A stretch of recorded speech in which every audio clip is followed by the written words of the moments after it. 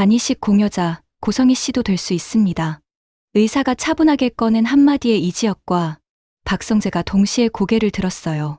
순간 대기실 공기가 확 식어버린 것 같았습니다. 잠깐만요, 선생님. 그 말은요. 이지혁은 믿기지 않는다는 듯 웃음 비슷한 숨을 내뱉었어요. 지금까지 지은호 한 사람만 가능하다고 해서 그 난리를 만든 거 아니었습니까? 의사는 난처한 표정으로 고개를 끄덕였어요. 처음 상담 오셨을 때 보호자분이 본인이 주사 공포증이 심해서 혹시라도 일치해도 수술대에는 못 오른다고 아주 단호하게 말씀하셨거든요. 그래서 정식 검사까지는 진행을 안 했는데요. 오늘 가족분들 검사 결과를 같이 돌려보니까 고성희 씨가 한우진 씨와 가장 적합한 공여자로 나왔습니다. 뭐라고요? 박성재의 목소리가 아주 낮게 으르렁거리듯 튀어나왔습니다. 새어머니 얼굴이 머릿속에서 번쩍하고 떠올랐어요. 그동안 눈물 흘리며 자식 위에 서면 뭐든 하겠다던 그 표정들. 모두 거짓말이었다는 뜻이 되는 순간이었지요. 이지혁도 허탈하게 의자 등받이에 몸을 기대며 중얼거렸습니다. 그러면요, 그 사람은 자기 몸에는 칼 대기 싫어서 검사도 안 하다가 버린 딸한테만 평생 못 만져볼 돈 들이밀면서 간 빼 가려 했다는 얘기네요. 이거 생각보다 훨씬 더 심한 사람인데요. 의사는 아무 말도 못하고 입술만 달싹였어요. 지금 이 대기실에서 터지고 있는 감정은 의료진이 어떻게 할 수 있는 범위를 이미 넘어선 상태였으니까요. 그리고 이 대화를 듣고 있는 또 한 사람이 있었습니다. 유리문 밖 복도 끝에 하얀 환자복 위에 가운을 걸친 채 서 있던 지은호였어요. 공여자, 고성이라는 단어가 섞인 그 말들이 복도 끝까지 또렷하게 밀려왔습니다. 은호는 자기 이름이 아니라 고성이 이름이 공여자로 언급되는 걸 듣는 순간 속이 이상하게 뒤틀리는 느낌을 받았습니다. 그럼 지금까지 나한테 했던 말들은 다 뭐였던 거야? 속으로만 중얼거린 그 한마디가 심장을 쿡 찌르는 것처럼 아파왔습니다. 그런데 여기까지 오기까지 단 하루 전만 해도 모든 사람은 줄 수 있는 사람은 지은호 하나라고 믿고 있었는데요. 이 지독한 진실이 드러나기 전 숲에서 건져 올린 숨, 그리고 첫 번째 선택. 안개가 풀잎 끝에 매달려 있던 새벽. 은호는 숨이 끊어질 듯 몰아쉬며 숲길을 뛰고 있었어요. 우진아, 제발 좀 대답 좀 해. 목이 쉬어나오는 목소리는 거의 울음에 가까웠습니다. 대학 시절 함께 캠핑을 갔던 그곳. 별을 세면서 여기 오두막, 나중에 도망가고 싶을 때 몰래 올 거다라고 웃던 한우진의 얼굴이 머릿속에서 계속 겹쳐졌지요. 나무 사이 어둡게 가려진 공간에서 검은 옷 한 덩어리가 쓰러져 있는 게 눈에 들어왔습니다. 순간 심장이 쿵 하고 멈춘 것 같았어요. 우진아. 은호는 그대로 미끄러지듯 달려가 거의 넘어지다시피 우진을 끌어안았습니다. 얼굴은 기름기 하나 없는 종이처럼 하얗게 질려 있었고 입술은 파랗게 말라 있었고 손끝은 얼음처럼 차갑게 굳어 있었어요. 안 돼, 이러면 안 돼. 우진아, 눈 좀 떠봐 제발. 은호의 눈물방울이 우진의 볼 위로 떨어지며 번졌습니다. 그때 거의 들리지 않을 만큼 희미한 숨소리와 함께 우진의 눈꺼풀이 아주 조금 떨렸어요. 오야. 겨우 새어나오는 목소리. 우진은 미소인지 미안함인지 모를 표정을 억지로 지어 보였어요. 이런 꼴 보여주기 싫었는데 그래도 너가 와서 다행이다. 바보야. 지금 그런 말 할 때가 아니야. 왜 혼자 이러고 있어? 왜 아무한테도 말 안 했어? 은호는 손이 떨려 핸드폰을 제대로 잡지도 못하면서 119를 눌렀습니다. 여기 산속 캠핑장이에요. 사람이 친구가 쓰러져 있어요. 숨도 제대로 못 쉬고 빨리 좀 와주세요. 제발요. 전화를 끊은 뒤에도 은호는 우진을 놓지 않았어요. 이마를 마주 대고 거의 기도하듯 중얼거렸습니다. 나 아직 오빠란 말도 제대로 못했는데 이렇게 가는 건 진짜 반칙이야. 우진아. 살아있어. 무조건. 구급차 사이렌 소리가 멀리서부터 조금씩 커져오고 쌍둥이라는 말을 들었을 때는 실감이 잘 나지 않았던 핏줄의 감각이 이 순간만큼은 너무 선명하게 와 닿았습니다. 구급차 안. 우진은 산소 마스크를 쓴 채 눈을 감고 누워 있었어요. 은호는 그의 손을 꼭 잡고 매 분마다 손가락이 조금이라도 움직이는지 확인하고 있었죠. 보호자분 되세요? 구급대원이 물었을 때 은호는 한순간 대답을 못했습니다. 친구, 입양아, 버려진 딸, 쌍둥이. 머릿속에 여러 단어가 엉켜 지나갔어요. 저는 잠시 숨을 고르고 은호는 겨우 말을 이었습니다. 저는 이 사람 동생이에요. 쌍둥이 동생이요. 입 밖으로 그 말을 꺼내는 순간 가슴 한가운데 묵직한 돌이 하나 내려앉는 것 같았습니다. 인정하고 싶어서 한 말이라기보다는 더 이상 도망칠 수 없다는 걸 스스로 받아들이는 선언처럼 느껴졌지요. 응급실에서 기다리던 시간은 끝이 없는 터널 같았습니다. 의사가 나와서 한 말은 더 잔혹했어요. 간 기능이 급격히 나빠졌습니다. 말씀드리기 조심스럽지만 이식 없이는 길게 보면 일주일 버티기 힘들 것 같습니다. 일주일. 그 짧은 한 단어가 은호의 귓가에서 몇 번이고 되감기듯 맴돌았어요. 가족분들 중에 검사 받으실 분 계시면 최대한 빨리 진행해야 합니다. 의사의 말이 끝나기가 무섭게 은호는 스스로도 믿기지 않을 만큼 빠르게 대답했습니다. 제가 할게요. 저 쌍둥이니까요. 검사해 주세요. 머리가 따라오기 전에 마음이 먼저 뛰어들어 버린 선택이었어요. 고성이라는 이름은 그 순간만큼은 일부러 머릿속에서 지워버렸습니다. 그 여자가 어떤 짓들을 해왔는지 생각하는 순간 손바닥에 쥔 우진의 차가운 손이 더 아프게 느껴질 것 같았으니까요. 수술하겠어요. 검사 동의서를 쓰고 피를 뽑고 이것저것 검사를 마친 뒤 응급실 옆 복도에 혼자 앉게 되었을 때 그제야 은호의 손이 떨리기 시작했습니다. 휴대폰 화면에는 익숙하고도 가장 보기 싫은 이름이 떠 있었어요. 고성이. 이 번호를 다시 누를 날이 있을 줄은 정말 상상도 못했는데 은호는 한참 동안 통화 버튼 위에서 손가락을 떼지 못하고 있었어요. 결국 우진의 병실 유리창 너머로 보이는 산소 마스크와 희미하게 움직이는 가슴을 다시 한번 바라보고 나서야 결심을 굳혔습니다. 미안해, 우진아. 근데 이 전쟁은 네 엄마까지 끌어들여서 끝을 봐야 할 것 같아. 신호음 3번 뒤 전화는 연결됐습니다. 은호야? 드디어 전화했구나. 우진이 찾았어? 수화기 너머에서 들리는 고성이의 목소리는 놀랍도록 밝고 놀랍도록 여유로웠어요. 은호는 입술을 세게 깨물고 천천히 말했습니다. 네, 찾았어요. 지금 병원이에요. 상태 안 좋아요. 수술 하겠어요. 짧은 침묵, 그리고 마치 준비해둔 대사를 꺼내는 사람처럼 고성이의 목소리가 부드럽게 흘러나왔습니다. 역시 우리 은호네.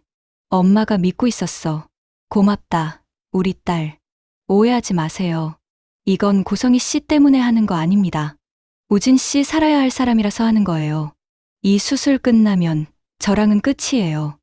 은호는 최대한 감정을 누르고 딱 거기까지만 말하고 전화를 끊어버렸어요. 하지만 수화기 저편에서 끊긴 소리를 들으면서도 고성이의 입꼬리가 서서히 올라가고 있을 모습이 떠올라 스스로도 소름이 돋았습니다. 고성이의 계산, 그리고 뒤늦게 움직이기 시작한 사람들, 저택 서재. 전화가 끊긴 뒤 한동안 멍하니 서 있던 고성이는 천천히 소파에 걸터앉으며 혼잣말처럼 중얼거렸습니다. 역시 피는 못 속이네. 여기까지 버틴 것만 해도 기특하다, 지은호. 아까까지만 해도 유서 쓰고 사라진 아들 때문에 초조한 표정을 짓고 있던 얼굴이 순식간에 다른 색깔로 바뀌었습니다. 와인장을 열어 비싼 와인 한 병을 꺼내면서 머릿속에서는 숫자가 빠르게 돌아가고 있었죠. 175억, 건물, 증여세. 다 필요 없어졌네. 잔에 와인을 따르며 창밖 야경을 내려다보는 눈빛에는 죽어가는 아들에 대한 불안은 1도 없었고 오직 자신이 지켜온 자리와 재산에 대한 안도감만 가득했습니다. 한편 이 소식을 가장 먼저 알게 된 사람은 다른 쪽이었어요. 병원으로 달려온 이지혁은 하얀 의자에 앉아있는 은호를 보고 숨을 몰아쉬며 다가갔습니다. 지은호 씨. 은호는 억지로 웃음을 지어 보였어요. 아, 오셨어요. 저 괜찮아요. 아직은요. 괜찮은 얼굴이 아닌데요. 검사한다고 들었습니다. 이지혁의 목소리에는 걱정이 고스란히 묻어 있었어요. 은호는 시선을 피하지 않고 솔직하게 말했습니다. 누군가는 해야 하는 일이잖아요. 그게 제가 되는 거고요. 근데 선배, 이거 정의로운 선택 맞겠죠? 이지혁은 한동안 대답을 못했습니다. 누가 봐도 착한 선택인데 정작 그 선택을 강요한 사람이 누구인지 알고 있기 때문이었어요. 정의까지는 모르겠는데요. 이지혁이 천천히 답했습니다. 적어도 지은호 씨답기는 합니다. 그래서 더 화나고 더 고맙고요. 그때 병실 문을 벌컥 열고 들어온 사람이 있었어요. 오수정이었죠. 야, 은호야. 너 간 준다며? 진짜야? 목소리에는 분노와 걱정이 뒤섞여 있었습니다. 은호는 조용히 고개를 끄덕였어요. 수정아, 나 돈 때문에 하는 거 아니고 이 사람이라서 하는 거야. 우진이라서, 내 친구라서. 수정은 입술을 꽉 깨물었습니다. 그러면 최소한 그 여자가 던진 돈은 끝까지 다 받아. 버려진 딸한테 간사겠다는 그 정신 나간 계산. 그대로 되돌려줘야 하는 거 아니야? 나중에라도 후회 안 하게. 은호는 대답 대신 우진이 누워있는 병실 쪽을 다시 한번 바라봤습니다. 그 눈빛에는 여전히 복잡한 감정이 뒤섞여 있었죠. 공여자 한 명만 있는 거 아니잖아요. 병원 다른 쪽 복도에서는 또 다른 싸움이 시작되고 있었어요. 선생님, 저도 검사해 주세요. 저도 가족입니다. 박성재가 의사 앞에서 완강하게 말했어요. 그 옆에는 이지혁이 팔짱을 끼고 서 있었습니다. 저도요. 우진이 그냥 남 아니고 같이 밥 먹고 술 마시던 동생인데요. 어차피 피 뽑는 김에 둘 다 해주세요. 의사는 고개를 끄덕이며 설명했습니다. 물론 검사하시는 건 좋습니다. 다만 이미 가장 적합한 분이 계시긴 합니다. 지은호 말고요? 이지혁이 되물었어요. 네, 친어머니이신 고성희 씨요. 그 말이 바로 이 에피소드의 첫 장면을 장식했던 그 순간이었습니다.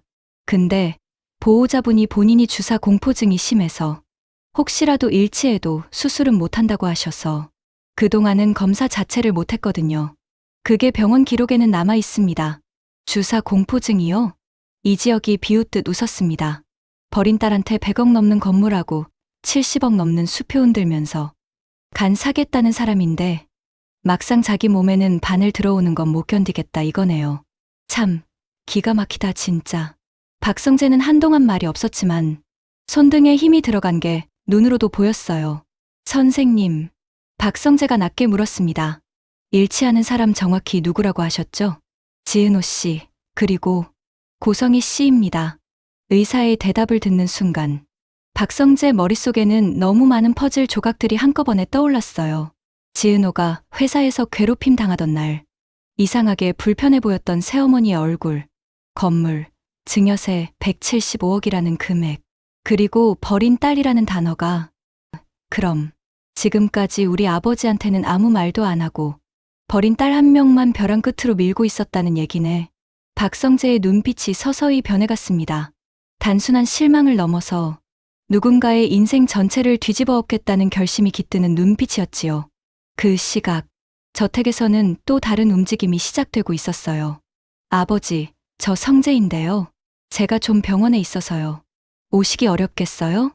전화기 너머에서 들리는 아들의 목소리는 평소보다 훨씬 힘이 빠져 있었습니다. 박진석은 이유를 묻기도 전에 들고 있던 신문을 내려놓고 재킷부터 집어들었어요. 무슨 일인지 설명은 나중에 해도 된다. 지금 어디 병원이냐? 아버지의 발걸음은 자연스럽게 새어머니 쪽이 아니라 아들 쪽으로 향하고 있었습니다. 그리고 그 선택이 잠시 후 복도에서 벌어질 큰 충돌의 예고가 되겠지요. 병원 복도에 도착한 박진석은 먼저 수술실 앞에 켜진 붉은 등부터 보게 됩니다. 수술 중이라는 글자 아래에는 한우진이라는 이름이 쓰여 있었어요. 우진이가 수술을? 박진석이 어리둥절한 얼굴로 걸음을 옮기는 순간 반대편에서 누군가가 서둘러 달려오고 있었습니다. 정장에 크지 않은 명품 가방, 늘 단정하게 정리된 머리, 늘 완벽한 부인 역할을 자처하던 그 사람, 고성이었지요. 두 사람의 시선이 공중에서 딱 마주쳤습니다. 여보, 여기 웬일이에요? 고성이가 놀란 척 눈을 크게 뜨며 묻습니다. 그 말은 내가 먼저 물어야겠는데. 박진석이 낮은 목소리로 말했어요. 우진이가 수술 받는다는 걸 왜 나는 오늘에서야 알게 되는 거지? 고성이의 머릿속에서는 순식간에 몇 가지 거짓말 시나리오가 동시에 돌아갔습니다. 우진이가 비밀로 해달라고 했다. 당신이 걱정할까봐 그랬다. 지금 묻지 말고 일단 수술부터 보자. 익숙한 레퍼토리였지요. 여보, 그게 나도 오늘 아침에야 알았어요. 우진이가 아빠 걱정시키기 싫다고 나한테도 숨겼다니까요. 지금은 따질 때가 아니고 수술 잘 끝나는 게 먼저예요. 알죠? 익숙한 떨림, 익숙한 눈물, 익숙한 목소리 떨림까지 총동원된 연기였습니다. 하지만 오늘은 그 연기가 예전만큼 쉽게 먹히지 않는 날이기도 했어요. 그래, 그럼 하나만 더 물을게. 박진석이 차갑게 입을 열었습니다. 공여자는 누구야? 아주 단순한 질문이었지만 지금 이 병원 복도에서 가장 답하기 싫은 질문이기도 했죠. 한편 수술실에서 멀지 않은 대기실 한쪽에서는 정순과 지강호 그리고 은호 쪽 사람들이 따로 모여 있었습니다. 정순은 두 손을 모으고 입술을 떨면서 기도하듯 중얼거리고 있었어요. 은호야, 엄마가 끝까지 믿을게. 선택한 거 후회하지 않게. 제발 둘 다 무사했으면 좋겠다. 지강호는 그런 엄마 옆에서 고개를 푹 숙인 채 계속 말만 되뇌고 있었어요. 누나, 진짜 미안해. 나 그때 그 돈 받았던 거 평생 갚으면서 살게. 그러니까 둘 다 꼭 살아서 나와라. 내가 할 수 있는 건 그뿐이다. 그 옆에서는 오수정, 이지혁이 돌아가며 자리를 지키고 있었죠. 서로 다른 방식으로 불안해하면서도 한 가지 생각만은 같았습니다. 지금 이 수술, 누구의 욕심이 아니라 두 사람의 삶을 위해 끝났으면 좋겠다라는 것. 반면 복도 끝, 잠시 떨어져 서 있는 고성이의 기도는 전혀 달랐어요. 우진이는 꼭 살아야 하고, 내 비밀은 지금은 드러나지 말아야 하고, 박진석은 오늘 이 자리에서 아무것도 모른 척 넘어가야 하고, 입술로는 우진이만 살려주세요라고 중얼거리면서도 머릿속 계산기에는 여전히 숫자와 명예, 자리와 체면이 먼저 떠다니고 있었지요. 수술실 문 위 붉은 등이 언제 켜졌는지도 모르게 한참 동안 타오르고 있었습니다. 누군가는 두 손을 모으고 있었고, 누군가는 복도를 서성이고 있었고, 누군가는 눈을 감고 과거를 떠올리고 있었어요. 얼마나 시간이 흘렀을까? 수술 중 불이 꺼지고 문이 천천히 열렸습니다. 모두의 시선이 동시에 쏠렸죠. 먼저 나온 사람은 피곤한 기색이 역력한 집도이였어요. 수술은 예상보다 조금 길어지긴 했지만 두 분 다 잘 버텨주셨습니다. 지금 당장 큰 문제는 없을 것 같고요. 당분간은 경과를 계속 지켜봐야 합니다. 두 분, 누군가가 되물었습니다. 의사는 차트를 잠깐 확인하고 덧붙였어요. 수혜자는 한우진 씨, 공여자는 당초 계획과는 다르게 가족분 중 한 분이셨습니다. 순간 복도 공기가 또 한 번 얼어붙었어요. 누구지? 정말 그 사람이 나선 건가? 여러 사람의 머릿속에서 각기 다른 이름이 떠올랐습니다. 박성재와 이지혁은 서로의 눈을 잠깐 마주봤어요. 설마 진짜 그 여자가 수술대에 누운 건가? 그럴 리가 있나. 그래도 만약이라면. 그때 수술실 안쪽에서 또 다른 침대가 밀려 나왔습니다. 가림막에 가려져 있어서 누가 누워있는지는 선명하게 보이지 않았지만 단 하나의 정보만은 고성이도 공여자 될 수 있다. 이 말이 오늘 하루 동안 너무 많은 사람의 마음을 뒤흔들어 놓았습니다. 그리고 복도 반대편, 막 병원에 도착해 상황을 파악하지 못한 채 서 있던 박진석의 시야에 복도 안내판 하나가 들어왔어요. 간이식 수술, 수혜자 한우진, 공여자 지은호.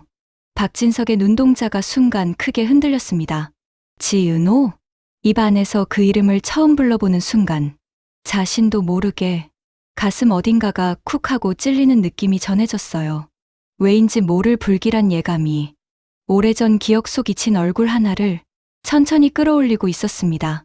박진석이 아직 아무것도 모르는 상태에서 처음으로 지은호라는 이름과 간이식이라는 단어를 동시에 마주한 그 순간, 그리고 그 뒤편에서 모두의 과거와 거짓말이 한 줄씩 엮여 올라오기 시작하는 그 순간까지, 이제 우진의 목숨은 한 번 붙잡혔지만 대가를 치러야 할 사람들, 진실 앞에 서야 하는 사람들은 제각각 자기 자리에서 조용히 벼랑 끝으로 걸어가고 있는 중입니다. 그리고 이 벼랑 아래로 누가 먼저 떨어질 것인지는 아직 아무도 모른다는 여지를 남긴 채로요.